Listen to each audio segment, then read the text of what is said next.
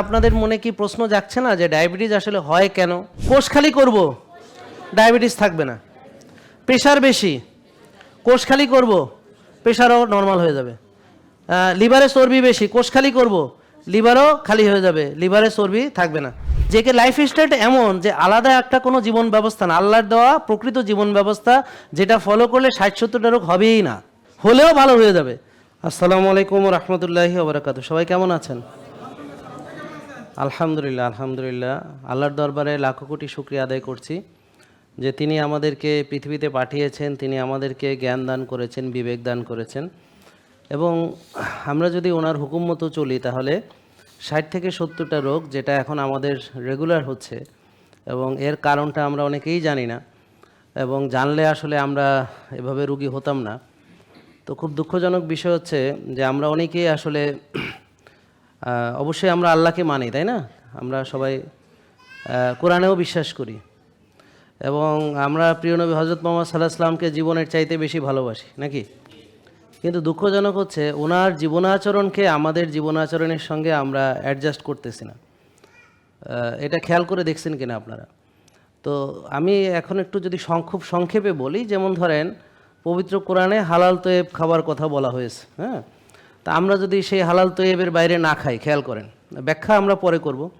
আমরা যদি 3 ভাগের 1 ভাগ খাই, অথবা শির দ্বারা সোজা রাখার জন্য যতটুকু দরকার এতটুকু খাবার যদি গ্রহণ করি, ক্ষুধা লাগলে খাই, ক্ষুধা থাকতে থাকতে শেষ করি, এবং যদি আমরা নিয়মিত রোজাও রাখি, তাহলে কি আমার এই ডায়াবেটিস হতে পারে কিনা বলেন তো? পারে না। আমার কি ফ্যাটি লিভার হতে পারে? পারে না। আমার কি ওজন অনেক বেড়ে যেতে পারে? পারে না। আর সঙ্গে যদি আমরা একটু এক্সারসাইজ বা কায়িক শ্রম বা করি, বা একটু ঘুমাই, আর্লি ভোরে উঠি, এবং যেভাবে 5 ওয়াক্ত নামাজ মসজিদে যে পড়া পুরুষদের জন্য ফরজ করা হয়েছে সেভাবে যদি করি, তাহলে দেখেন আপনার 60-70টা রোগ হওয়ার যে কারণ সেটা আর নাই।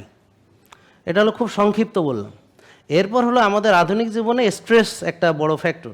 এখন আমরা যদি তাওয়াক্কুল করি আল্লাহর উপরে, এবং পৃথিবীতে যা পেয়েছি এটার ব্যাপারে আলহামদুলিল্লাহ যদি বলি, এবং যদি আল্লাহর কাছে যা পাইনি, যে যেটুক দুনিয়াতে দিয়েছো আলহামদুলিল্লাহ, যে দুঃখ কষ্ট আছে সেটাও তুমি দিয়েছো, নিশ্চয়ই আল্লাহ আমাদেরকে দিয়েছেন, এর বিনিময়ে নিশ্চয়ই আছে। এমনকি একটা মনের কষ্টেরও বিনিময় আছে। একটা একটা ক্ষুদ্র কাঁটাও যদি আঘাত করে আপনাকে, সেটারও বিনিময় আছে, আছে কি না?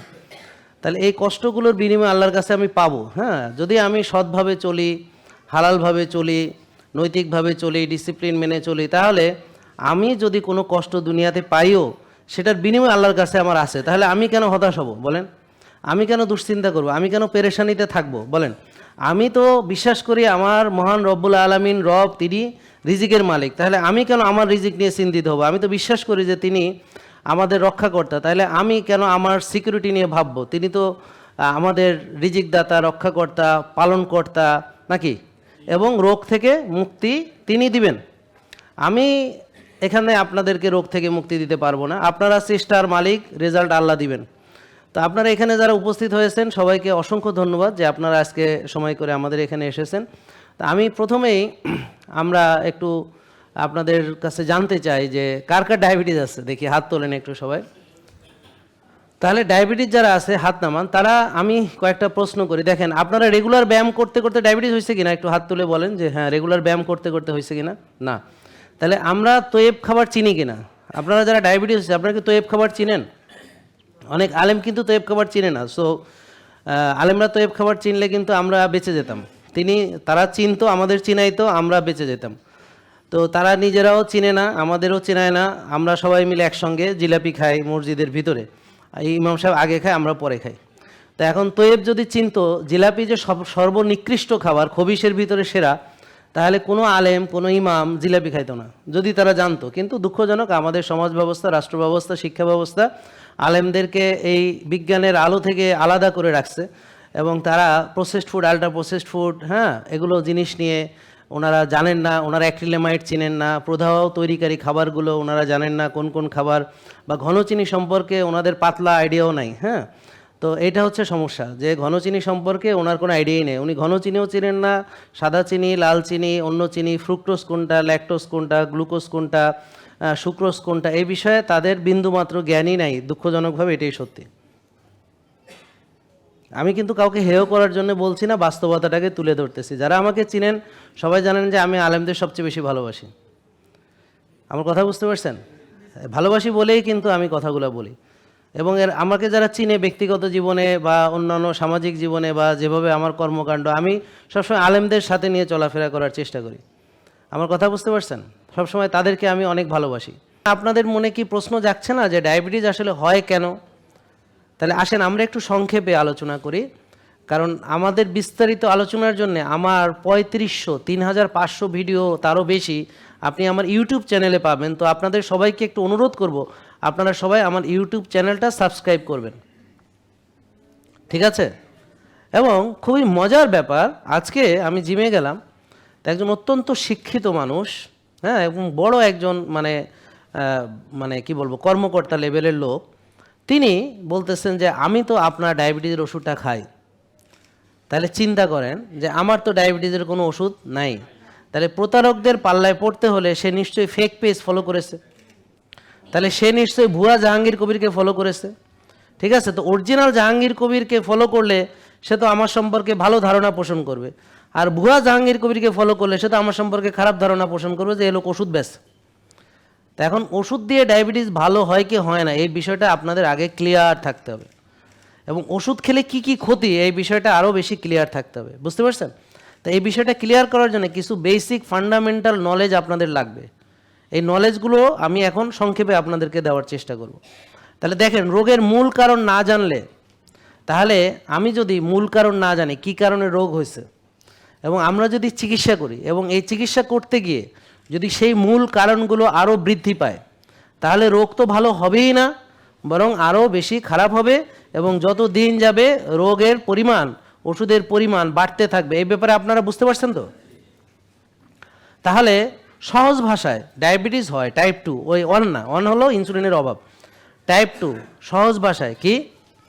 বেশি খেলে, বলেন, খবিশ খাবার বেশি বেশি খেলে, মানে processed food, ultra processed food, soybean তেল, ডুবো তেলে ভাজা, সাদা ভাত, সাদা রুটি, গুঁড়া দুধ, হ্যাঁ, সাদা লবণ, সাদা চিনি, চিনি জাতীয় এইসব খাবার, ব্যাপারটা বুঝছেন? এবং খাই কিন্তু বার্ন করি না, খাই কিন্তু বার্ন করি না, বারবার খাই, খাই কিন্তু বার্ন করি না, বুঝতে পারছেন?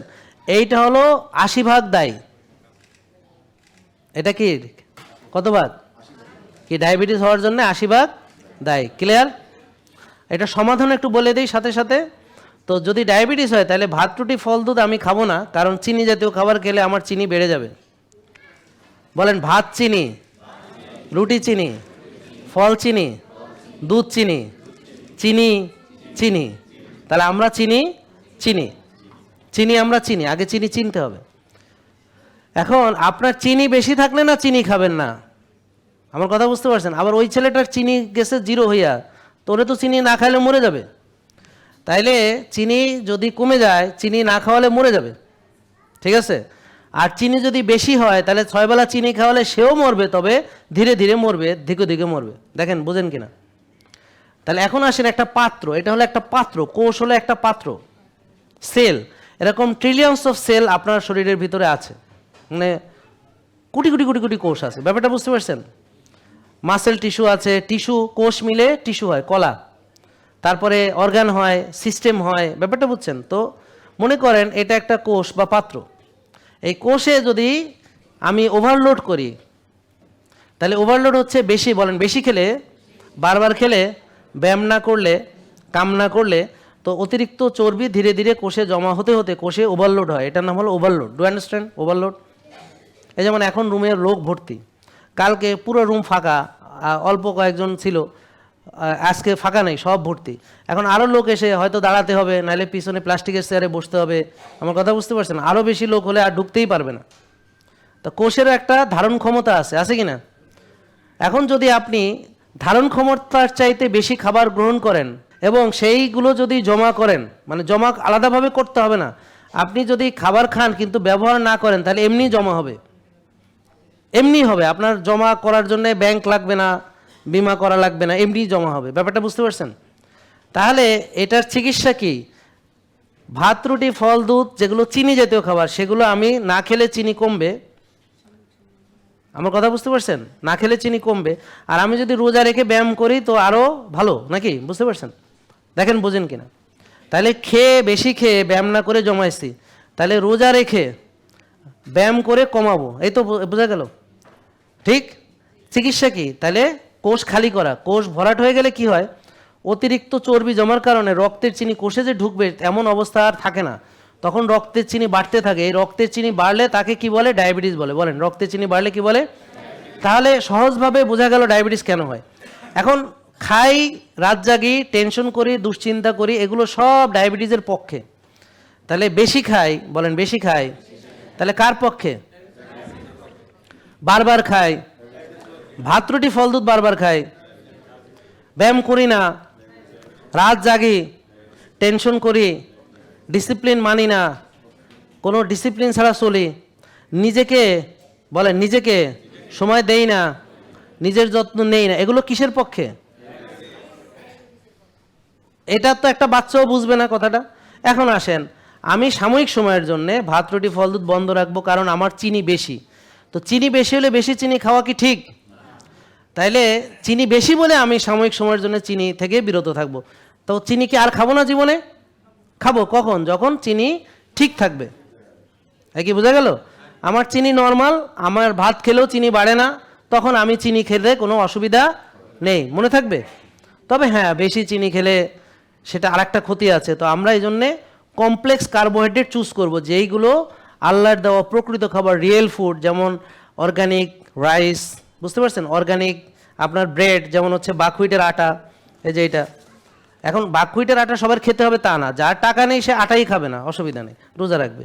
কিন্তু যে পারবে সে খাবে, যার রুটি খেতে ভালো লাগে। বোঝা গেল নাকি? বুঝতে পারছেন? এমন না যে বাধ্য আপনাকে খেতেই হবে, এরকম কোনো আবার আরেকটা অপপ্রচার যে এখানে গেলে এগুলো খেতেই হবে। No, not like that. যার সামর্থ্য আছে খাবে, যার সামর্থ্য নেই সে রোজা রাখবে, ফ্রিগুলো করবে, ঘাসে হাঁটবে, রোজা রাখলে টাকা বাঁচে, ঘাসে হাঁটলে টাকা বাঁচে, টাকা লাগে না, রোদে যাবে, হ্যাঁ, তারপর ব্যায়াম করবে, বুঝতে পারছেন? তারপরে যে আর্লি ঘুমাবে, ভোরে উঠবে, শ্বাসের ব্যায়াম করবে, যেগুলো ফ্রিগুলো করবে, নাকি? বুঝতে পারছেন? ফ্রিগুলো করবে, মসজিদে যে নামাজ পড়বে 5 ওয়াক্ত, ফ্রিগুলো করবে। আর কিছু একটা তো খাবে, তখন সে তার রুচি অনুযায়ী, সামর্থ্য অনুযায়ী সে একটা ভালো খাবার বেছে নেবে। কি বুঝতে পারছেন কথা?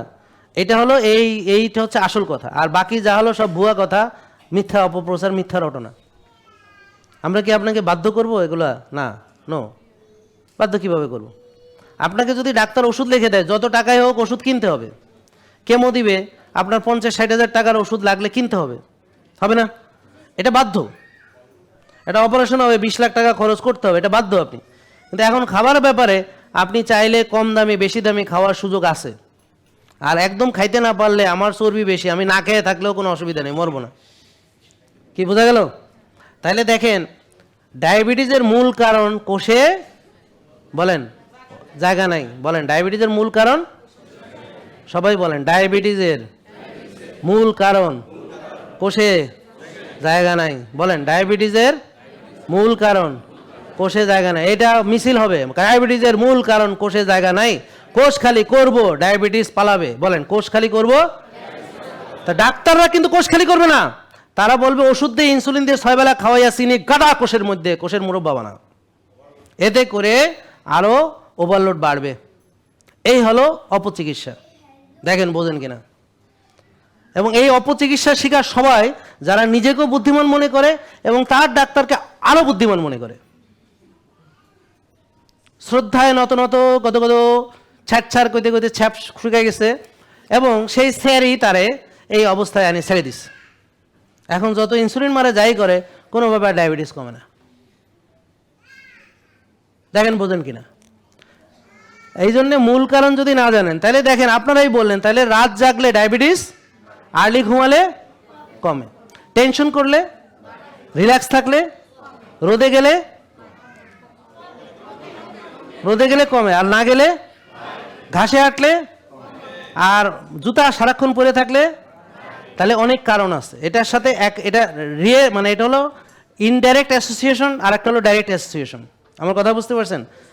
ডাইরেক্ট অ্যাসোসিয়েশন তো আমরা বললাম, এই বেশি খাওয়া, বারবার খাওয়া, হ্যাঁ, আর হচ্ছে জমা করা, আর হচ্ছে অলসতা করা, বিলাসিতা করা, রাত জাগা, টেনশন করা, এগুলো হলো ফান্ডামেন্টাল। এখন শ্বাসের ব্যায়াম করলে কি হয়? মানসিক প্রশান্তি ঘটে। নামাজ পড়লে খুশুখুজু হলে মানসিক প্রশান্তি ঘটে, রোজা রাখলে শরীর মন আত্মার প্রশান্তি হয় রোজার মাধ্যমে, নাকি হয় কিনা? তাহলে এখন ডায়াবেটিসের আসল চিত্র বুঝতে পারছেন? কোষ ভর্তি, বলেন কোষ, চিনি ঢুকতে পারে না, বলেন কোষ খালি করব, ডায়াবেটিস থাকবে না। প্রেশার বেশি, কোষ খালি করব, প্রেশারও নর্মাল হয়ে যাবে। লিভারে চর্বি বেশি, কোষ খালি করব, লিভারও খালি হয়ে যাবে, লিভারে চর্বি থাকবে না। আমাকে জিজ্ঞেস করছিল যে আপনার সবচেয়ে বেশি আনন্দ কিস হয়? সবচেয়ে বেশি আনন্দ হয় একটা রুগীর মুখে হাসি চলে গেছিল, এখন সে আমাকে ফলো করে সে হাসছে, খুশি। সে নামাজ পড়তে পারতো না, এখন সে পড়ে। সে রোজা রাখতে পারে না, এখন রাখে। তো এর চেয়ে খুশি আর কি আছে? মনে হয় পৃথিবী জান্নাত, আর সবাইকে মনে হয় পরীর মতো ঘুরতেছে, ভালো লাগে। এরা ফুরফুরে হয়ে গেছে, এরা আনন্দ ফুর্তি করতেছে, মজা করতেছে। ওই যে নিপা ওর বাহিনী নিয়ে আসছিল মিছিল করতে করতে, কি যে জেকে লাইফ স্টাইল, ওষুধ মুক্ত সুস্থ জীবন, তার এরা ভালো হইয়া এখন মিছিল করতে আসে। আর এরা সবকটা রুগী ছিল। নিপা নিজে এমন অবস্থায় ছিল যে ওরে প্যাম্পার্স পরে রেখে যাইতো, ওর হাজব্যান্ড আইসা প্যাম্পার্স পরিষ্কার করতে হইতো, কারণ ওর লড়তে চড়তে পারতো না, টয়লেটে পর্যন্ত যাইতে পারতো না। তো ওর হাজব্যান্ড পরা যাইতো, হাজব্যান্ড আইসা পরিষ্কার করতো। আর এখন সে বহু মহিলারে সে ব্যায়াম করায়। এবং নিপাকে চিনেন কিনা আপনারা? কে কে চিনে হাত তোলেন? তাহলে উনি এখন নিজেই আবার পরিচিত হয়ে গেছে। ওমা, আপনি যে এত বছর রুগী ডাক্তার দেখালেন 20 বছর, আপনারা কেউ চেনে না আপনার ডাক্তার ছাড়া। আর আমাদের যারা ভালো হয়েছে আলহামদুলিল্লাহ, পৃথিবীর অনেকেই তাদের চিনে, যারা আমাদের ভালো হয়েছে। জালাল ভাইরে কে কে চিনেন? হাত তোলেন, হাত তোলেন। হ্যাঁ দেখেন, অনেকে চিনে, দেখছেন? হ্যাঁ এরকম। রুহুল আমিন ভাইরে কে কে চিনে? এই তো দেখছেন, তো এরকম অনেকেই চিনে। অভিরে কে কে চিনে? অভি, হ্যাঁ তো অভি আপু, ওই যে, হ্যাঁ অভি আপু, হ্যাঁ এবার বুঝতে পারছেন? এই তা এরকম আমাদের যারা ভালো হয়েছে, বুঝছেন, তাদেরও বহু মানুষ চিনে, তাদেরও অনেক ফলোয়ার আছে। জালাল ভাইয়ের পরামর্শে আরও হাজার হাজার রুগী ভালো হয়েছে, তার 85,000 ফলোয়ার আছে, শয়ে শয়ে লোক নিয়ে ব্যায়াম করে একসাথে। সে আগে মানে টয়লেটে বসতে হলে এক সাইডে ওর বউ ধরতো, এক সাইডে ছেলে ধরতো, নিয়ে টয়লেটে বসে হাত ধরে দাঁড়ায় থাকতে হতো, কারণ তা না হলে সে যদি পড়ে টড়ে যায়। এই অবস্থা থেকে এখন সে আলহামদুলিল্লাহ সুস্থ হইয়া, সেও একজন স্কুল শিক্ষক, সে কোনো ডাক্তার না, কিছু না। তো ওই দিন তার বাহিনী নিয়ে আসছিল সবাইকে, এবং ওখানে অনেক লোক তার ওখানে ব্যায়াম করে করে এখন ভালো হয়ে গেছে, সুস্থ হয়ে গেছে। মানে শুধু ব্যায়াম করে ভালো হয়েছে তা না, মানে লাইফ স্টাইলটা মানছে আর কি। একটা উদ্দেশ্য নিয়ে তো মানুষকে আনলে বাকিটা করা যায়, একটা উদ্দেশ্য নিয়ে একজনকে আনতে হয়, আইনা বাকিটা করানো যায়। ব্যায়ামের উদ্দেশ্যে চলেন সকালে ব্যায়াম করি, এখন ওখানে ব্যায়ামের বলতেছে যে আপনি এই খাবার খেতে হবে, ওটা খাওয়া যাবে না, এইভাবে ঘুমাতে হবে, ভোরে উঠতে তো হবেই, কারণ নাইলে ব্যায়াম করতে আসবে কেমনে? ফজরের পরে ব্যায়াম করতে গেলে তো ফজরে উঠতে হলে আর্লি ঘুমাইতে হবে, কি বুঝতে পারছেন? হ্যাঁ, তো এখন আস্তে আস্তে সে সব মেনে ভালো হয়ে গেছে। যদিও বলতেছে ব্যায়াম করে ভালো হয়েছে, আসলে না। ওরা এসে বলতেছে জালাল ভাইয়ের মাঠে গেছি ভালো হয়ে গেছে, আসলে কি মাঠে যেয়ে ভালো হয়েছে? না, মাঠে তো সবাই যায়, গরুও যায়, ছাগলও যায়, মানুষও যায়, কেউ তো আর ভালো হয় না। তা আসল কথা হলো মাঠে যেয়ে ভালো হয় না, হয়েছে মাইনা।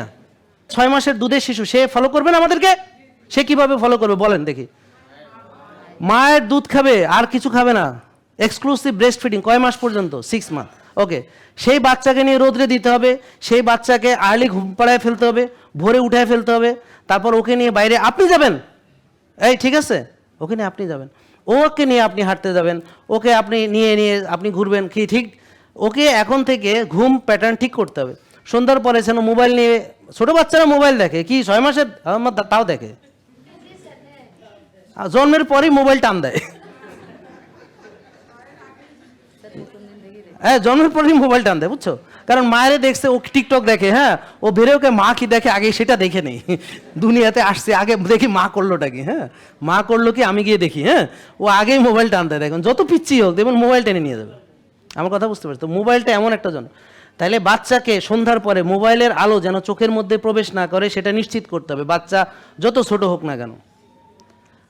আপনি যদি পারেন রাতে সন্ধ্যার পরে মোবাইলের আলো, টিভির আলো, ল্যাপটপের আলো যদি সম্ভব হয় এটা না ঢুকাইলে ভালো। যদি সম্ভব না হয় ঘুমানোর 2-3-4 ঘন্টা আগে থেকে এগুলো থেকে সরে আসতে হবে।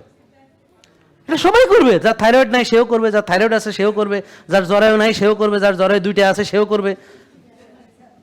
ওই একটা আর কি, সরি। হ্যাঁ, বুঝতে পারছেন? মানে যে কে লাইফ স্টাইলটা এমন যে আলাদা একটা কোনো জীবন ব্যবস্থা না, আল্লাহর দেওয়া প্রকৃত জীবন ব্যবস্থা, যেটা ফলো করলে 60-70টা রোগ হবেই না, হলেও ভালো হয়ে যাবে। আপনার যেই সমস্যাই থাক না কেন আপনি মনে মনে চিন্তা করবেন, আমার কি কি গুণ আছে, মানে গুণ, আমার রাত জাগার গুণ আছে, তাহলে আপনি নিরাপদ না। আমার অলসতার গুণ আছে, আপনি নিরাপদ না। আমি ব্যায়াম করি না, আপনিও নিরাপদ না। আমি বেশি খাই, আপনিও নিরাপদ না। আপনি সয়াবিন খান, আপনি নিরাপদ না। আপনি সাদা ভাত খান, আপনি নিরাপদ না। আমার কথা বলছি, আপনি বারবার খান, আপনি নিরাপদ না। আপনি রোদ্রে যান না, আপনি নিরাপদ না। আপনি ঘাসে হাঁটেন, আপনি নিরাপদ না। আপনি সারাক্ষণ টেনশন করেন, আপনি নিরাপদ না।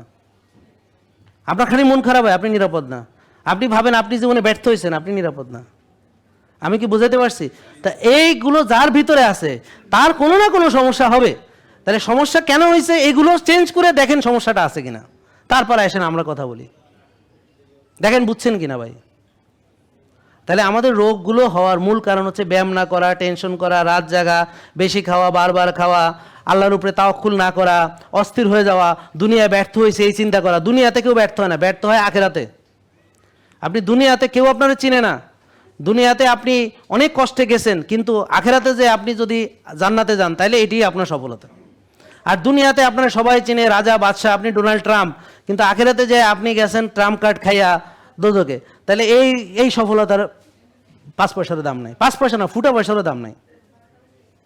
তাহলে দুনিয়াতে সফলতা যারা খুঁজে তারা অলরেডি ব্যর্থ হয়ে গেছে, কারণ তারা ভুল সফলতার পিছনে ছুটতেছে। তাহলে দে আর অলরেডি লুজার। দেখেন, বোঝেন তো, সে কিভাবে মনে শান্তি পাবে, সে কিভাবে ভালো থাকবে কোন? জেকে লাইফস্টাইল, ওষুধ মুক্ত সুস্থ জীবন।